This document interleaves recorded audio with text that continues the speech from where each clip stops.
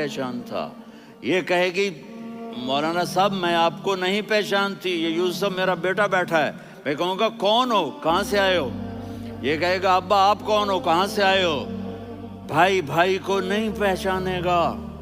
ماں اور اولاد کا کتنا گہرا رشتہ ہوتا ہے. ماں کہے گی میں نے تمہیں جنا ہی نہیں ہے، اور جب جہنم میں ایک چیخ مارے گی تو سارے انسان اور فرشتے اور انبیاء ایسے گریں گے اور سب نفسی نفسی. آدم علیہ السلام نفسی نفسی، نوح علیہ السلام نفسی نفسی، ابراہیم علیہ السلام نفسی نفسی، اسماعیل، اسحاق، یعقوب، یوسف، یونس، عیسیٰ، موسیٰ، یوشع، لوط، شعیب، صالح، ہود، سارے انبیاء نفسی نفسی نفسی نفسی، میری جان بچا میری جان بچا. ایک طرف سے ایک آواز آئے گی، ایک آواز آئے گی، امتی امتی. واہ یا رسول اللہ، ہم آپ پہ قربان جائیں. جس دن ماں نہیں پوچھ رہی، نبی نہیں پوچھ رہے، بیٹا نہیں پوچھ رہا، بھائی نہیں پوچھ رہا، یا رب امتی امتی، یا رب امتی امتی، یا اللہ میری امت، یا اللہ میری امت، یا اللہ میری امت. تو نظریں طواف کریں گی، یہ آواز کہاں سے آ رہی ہے؟ یہ کون بول رہا ہے؟ سب سے الگ کون ہے جو امتی امتی کہہ رہا ہے؟ جب نظریں آواز کی طرف چلتے چلتے چلتے چلتے پہنچیں گی تو وہاں میرے آپ کے جھولی پھیلا کے کھڑے، یا میری امت کو، یا اللہ میری امت کو. کون سی امت جو ساری زندگی شرابیں بیچتے رہے، جوئے کھیلتے رہے، زنا کرتے رہے، سود کھاتے رہے، جھوٹ بولتے، چوریاں کرتے رہے، ڈاکے مارتے. میرا نبی کہہ رہا ہے میری امت کو بچا لے، میری امت کو بچا. اس سے پیار نہ کرے تو اور کس سے کرے؟ موت پہ رشتے ٹوٹ جاتے. میرے نبی نے اس دن بھی اپنے رشتے کو نہیں توڑا. ابراہیم جیسی شخصیت کہیں گے سنو اے اللہ تیری میری دوستی کا واسطہ مجھے بچا لے، تیری میری دوستی کا واسطہ مجھے بچا. عیسیٰ علیہ السلام کہیں گے یا اللہ میں اپنی ماں مریم کا بھی سوال نہیں کرتا، میری جان بچا لے. مریم جانے تو جانے، میری عیسیٰ. 5 بڑے رسول ہیں، نوح، ابراہیم، موسیٰ، عیسیٰ، محمد صلی اللہ علیہ الصلوات والتسلیمات.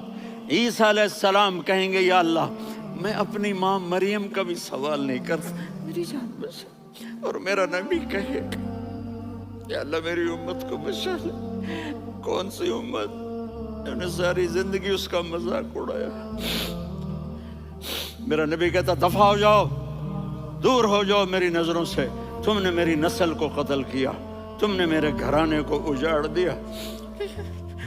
سب بلا یہ نہیں کہیں گے یا اللہ میری امت کے نیکوں کو بچا لے، میری امت کے متقی، میری امت کی رابعہ بصری، جنید بغدادی کو بچا. نہیں یا اللہ ساری امت کو میری جھولی میں ڈال دے، ساری امت کو میری جھولی میں ڈال. یہاں اللہ کہے گا وَلَسَوْفَ يُعْطِيكَ رَبُّكَ فَتَرْضَىٰ. معافی چاہتا ہوں میں جذباتی ہو گیا ہوں.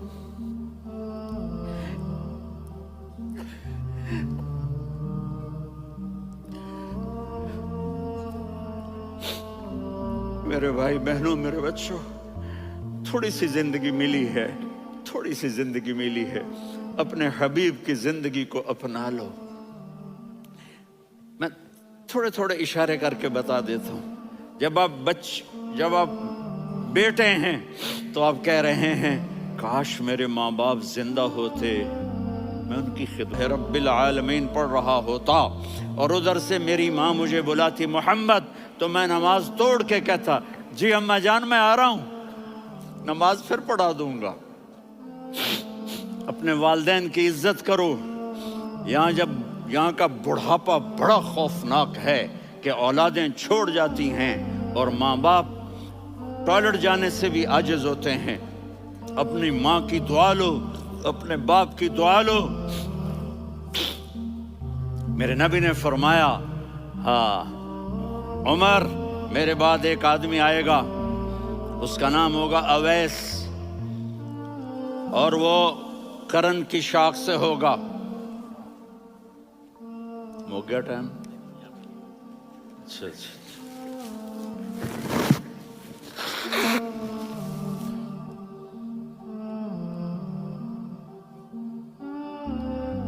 اس سے دعا کرانا، علی آپ بھی، عمر آپ بھی۔ یا رسول اللہ کس لیے؟ کہ اس نے ماں کی ایسی خدمت کی ہے کہ جب ہاتھ اٹھاتا ہے اللہ اس کے ہاتھ خالی نہیں لوٹاتا۔ حضرت عمر رضی اللہ تعالی عنہ نے حج کے موسم پر سارے حاجی کھڑے کر لیے، کہا بھائی یمن والے کھڑے رہو، باقی بیٹھ جاؤ۔ تو بیٹھ گئے۔ پھر فرمایا کہ یمن والے بیٹھ جاؤ، قرن والے کھڑے رہ جاؤ۔ تو ایک آدمی کھڑا رہا، کہا تم قرنی ہو؟ کہا جی ہاں۔ اویس کو جانتے ہو؟ جی میرے بھائی کا بیٹا ہے، لیکن تھوڑا پاگل سا ہے، آپ کیوں پوچھ رہے ہیں؟ حضرت عمر نے فرمایا وہ نہیں، تو پاگل ہے۔ کدھر ہے؟ کہا جی اونٹ چرانے گیا ہے ادھر عرفات کی طرف۔ تو آپ نے حضرت علی کو ساتھ لیا اور دوڑ لگائی سواری پر۔ دیکھا تو اویس کرنی ایک کیکر کے نیچے نماز پڑھ رہے تھے اور اونٹ چر رہے تھے۔ تو جب انہوں نے دیکھا کہ دو آدمی آ کے بیٹھ گئے تو انہوں نے نماز شارٹ کٹ کر دی۔ تو حضرت عمر نے پوچھا کون ہو بھائی؟ کہا جی میں مزدور ہوں۔ کہا تیرا نام کیا ہے؟ کہا جی اللہ کا بندہ۔ کہا رے بھائی تیری ماں نے تیرا نام کیا رکھا ہے؟ اس نے تو نہ حضرت عمر کو دیکھا تھا نہ علی کو۔ وہ کہنے لگا بھائی تم کون لوگ ہو میرا انٹرویو کرنے والے؟ یہ تو میں اپنی زبان میں کہہ رہا ہوں۔ تو حضرت علی بولے کہ بھائی یہ ہیں امیر المومنین عمر بن خطاب اور میں ہوں علی بن ابی طالب۔ تو وہ ایسے کانپنے لگے، میں معافی چاہتا ہوں، میں پہلی دفعہ آیا ہوں، میں نے آپ کو دیکھا نہیں، فرمائیے آپ۔ حضرت عمر نے کہا ہاتھ اٹھا ہمارے لیے دعا کر۔ تو وہ رونے لگی، آپ نبی کے صحابی، میں عاجز مسکین، میں دعا کروں؟ میری اوقات ہے میں دعا کروں؟ کہاں، ہمیں ہمارے نبی نے فرمایا تھا اویس آئے تو دعا کروانی ہے۔ عمر اور علی جیسی ہستیوں کو دعا کے لیے کہا جا رہا ہے۔ پیچھے تہجد ہے؟ نہیں۔ جہاد ہے؟ نہیں۔ علم ہے؟ نہیں۔ نماز ہے؟ نہیں۔ روزہ ہے؟ نہیں۔ زکوٰۃ ہے؟ نہیں۔ خیرات ہے؟ نہیں۔ کیا ہے؟ ماں کی خدمت، ماں کی خدمت، ماں کی خدمت۔ میرے نبی نے فرمایا لوگ جنت میں چلیں گے، اویس چلے گا۔ جب گیٹ پر پہنچے گا تو اللہ کہیں گے اویس کو پیچھے ہٹا دو، باقی اندر چلے جاؤ۔ تو اویس کرنے ڈر جائیں گے کہ یا اللہ جنت کے دروازے پر مجھے پیچھے ہٹا دیا۔ تو اللہ کہیں گے پیچھے دیکھو، ویسے پیچھے مڑ کے دیکھیں گے تو لوگوں کا مجمع ہوگا جو جہنم میں جا رہے ہوں گے، ایمان والے، گنہگار مسلمان۔ تو میرا اللہ کہے گا اویس اپنی انگلی کو پھیرتا جا، جس جس پر تیری انگلی پڑے گی تیری تو فیل سب کو جنت میں ڈال دوں گا۔ یہ ماں ہے، صرف ڈالر ہی سب کچھ نہیں ہے، یہ ماں ہے۔ میرے نبی نے فرمایا تیرا باپ تیری جنت کا سب سے بڑا دروازہ ہے، اگر تو نے باپ کو ناراض کر کے موت پائی تو تیرے لیے جنت کا دروازہ کھل نہ سکے گا۔ یہ باپ کا مقام ہے۔ پھر آپ نے 11 شادیاں کی، کیوں کی؟ سنو حدیث، ما تزوجت وما زوجت الا بوحی من السماء نزل به جبریل۔ کہا میرے ساتھیوں سنو، اللہ کی قسم میں نے کوئی شادی اپنی مرضی سے نہیں کی، میرے خاوند اور بیوی ہے۔ سب سے مقدس رشتہ ماں باپ ہے، لیکن سب سے بڑا رشتہ خاوند اور بیوی ہے۔ جب یہ ٹوٹ جاتا ہے تو پوری نسل برباد ہو جاتی ہے۔ اس لیے آپ نے زندگی گزار کے دکھائی۔ آپ گھر میں جھاڑو دے رہے ہیں، آپ آٹا گوندھ رہے ہیں، آپ حضرت عائشہ کو لقمے بنا کے کھلا رہے ہیں، اور حضرت عائشہ کی دلداری کے لیے فرما رہے ہیں عائشہ، سننا حدیث طبرانی کی، عائشہ انہو لیہون علی الموت